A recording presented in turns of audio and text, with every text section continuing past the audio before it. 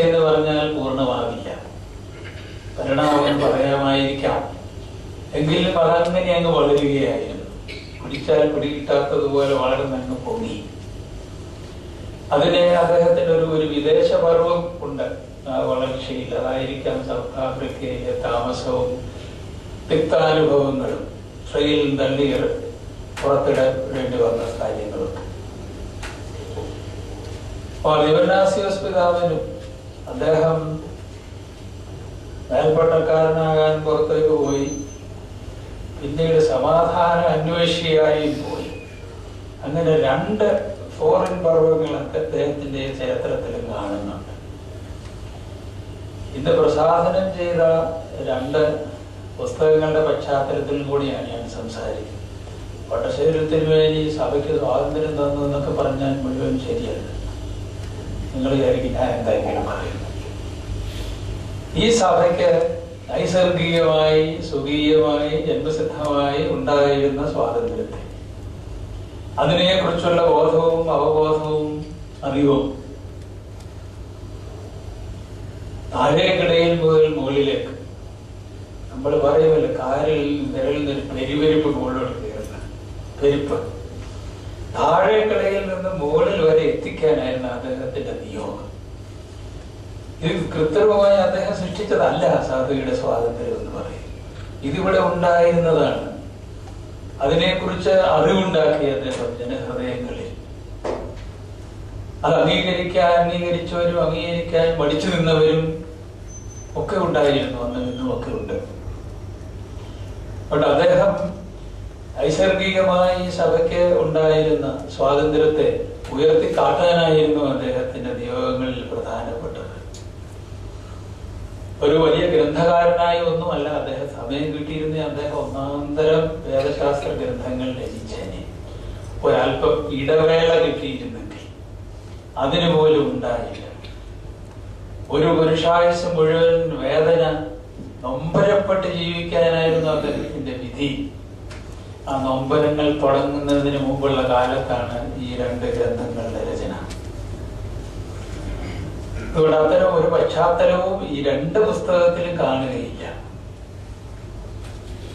മതോപദേശ സാരങ്ങൾ എഴുതുമ്പോൾ അദ്ദേഹം അധ്യാപകനും വിദ്യാർത്ഥിയും ഒക്കെ, അധ്യാപകൻ എന്നും വിദ്യാർത്ഥിയാണല്ലോ, അങ്ങനെയല്ലേ പറയില്ല. അപ്പൊ അതിൽ വിദ്യാർത്ഥിയെയും അധ്യാപകനെയും കാണാം. കോട്ടയത്ത് വരുമ്പോൾ അദ്ദേഹം അധ്യാപകൻ, പരമല ചെല്ലുമ്പോൾ വിദ്യാർത്ഥി. പരമല തിരുമേനിയുടെ സവിധത്തിൽ വിദ്യാർത്ഥിയാണ് ശിഷ്യൻ.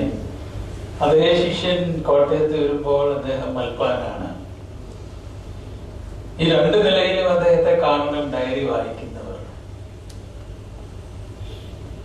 കൊച്ചു കൊച്ചു അക്ഷരത്തിൽ ഞാൻ എഴുതി വെച്ചിരിക്കുന്ന അരിമണി പോലെയുള്ള കുഞ്ഞു കുഞ്ഞു സുന്ദരങ്ങളായ അക്ഷരങ്ങളാണ് ഡയറിയിൽ. ചെറിയ അക്ഷരം ഒരു നോട്ട് ബുക്കിൽ ഞങ്ങളൊക്കെ സ്കൂളിൽ പഠിക്കുന്ന കാലത്തുണ്ട്. ഇപ്പോഴത്തെ ബുക്ക് എനിക്കറിയാല്ല. നോട്ട് ബുക്കിൽ 200 പേജിന്റെ ബുക്ക് എന്നൊക്കെ പറയുന്നുണ്ട്. അതിലൊരു ബുക്ക് പുറത്താള് ഒരു വശത്ത് ഇറങ്ങിപ്പോയിട്ടുണ്ട്, മറുവശത്ത് ഉണ്ട്, ചരടിട്ട് കുത്തി കെട്ടിയതാണ്. അതിൽ കുഞ്ഞക്ഷരങ്ങളിൽ വരയിട്ട്, സ്വന്തം കൈകൊണ്ട് വരയിട്ടാണ് ഡയറി എഴുതിയിരിക്കുന്നത്. തുടക്കം വായിച്ചാൽ പല ഒരു സുവിശേഷ ഗ്രന്ഥവും വിശുദ്ധ ലൂക്കോസിന്റെ സുവിശേഷമൊക്കെ തുടങ്ങുന്നത് പോലെ തന്നെയാണ് ഡയറിയുടെ തുടക്കം. അതായത് ഇന്ന രാജാവിന്റെ കാലത്തും ഇന്ന ഭരണാധിപന്റെ കാലത്തും ഇന്ന മഹാധ്യക്ഷന്റെ കാലത്തും ഇന്നവരുടെ കാലത്തും തിരുവിതാംകൂർ ഭരിക്കുന്ന ഇന്ന രാജാവിന്റെ കാലത്തും വട്ടച്ചേരിൽ യൗസേപ്പ് മൽപ്പാനാൽ ഈ ഡയറി എഴുതി തുടങ്ങി എന്ന്. അപ്പൊ അവിടെ അദ്ദേഹം തന്നെ വകഞ്ഞൊരു പശ്ചാത്തലം ഉണ്ടാക്കിയിട്ടാണ് ആദ്യത്തെ അക്ഷരം കുറിക്കുന്നത് ഡയറി 1886. അതിൽ എന്നെ വളരെ അത്ഭുതപ്പെടുത്തിയത്, അദ്ദേഹം കോളേജിൽ നിന്ന് പോയി പഠിച്ചാണെന്ന് തോന്നുന്നില്ല, ഒരു ഇംഗ്ലീഷ് വാക്കേ അതിനകത്തുള്ളൂ. അത് ഞാൻ എഴുതിയിട്ടുണ്ട്. ചാപ്മാൻ എന്നൊരു ത്വരയുടെ പേര്, ഒറ്റ വാക്കേ ഉള്ളൂ ഇംഗ്ലീഷ്. മിസ്റ്റർ ചാപ്മാൻ എന്ന് മാത്രമുണ്ട്. സാക്ഷാൽ ഇംഗ്ലണ്ടിൽ ജനിച്ചു വളർന്ന ഇംഗ്ലീഷ് മാതൃഭാഷയായുള്ള, എന്താ പറഞ്ഞ അർത്ഥത്തിൽ തന്നെ മാതൃഭാഷയായുള്ള ഒന്നാം ഭാഷ എന്ന് വെച്ചോളൂ ഉള്ള ആള് എഴുതുന്ന അതേ വടിവിൽ അക്ഷരങ്ങൾ തമ്മിൽ ബന്ധിച്ച് കോട്ടമില്ലാതെ വലത്തോട്ടുള്ള ചരിവിനർത്ഥമുണ്ടെന്നാണ്. നേരെ എഴുതിയാലും വലത്തോട് ഇടത്തോട് ചരിഞ്ഞാലും അത് ഓരോ തരം വ്യക്തിത്വത്തിന്റെ പ്രകടനമാണ്. അത് വലം ചരിവിൽ സുന്ദരമായി വാക്കുകൾ തമ്മിൽ കൂട്ടിമുട്ടാതെ അതിന്റെ വരകൾ തമ്മിൽ തുല്യ അകലത്തിൽ മിസ്റ്റർ ചാപ്മൻ എഴുതിക്കൊണ്ട് അത്ഭുതപ്പെട്ടു. എങ്ങനെ ഇംഗ്ലീഷ് പഠിക്കുന്ന അറിഞ്ഞുകൂടാ. ഇംഗ്ലീഷ് സംസാരിക്കുമായിരുന്നു, എഴുതുമായിരുന്നു. മലയാളം തന്നെ ഈ 100-125 വർഷം മുമ്പുള്ള മലയാളം ചില അക്ഷരങ്ങൾ ഈ പഴയതൊക്കെ ഈ എന്നുള്ള ഇനി വട്ടം രാ അതൊക്കെ ഉണ്ട്.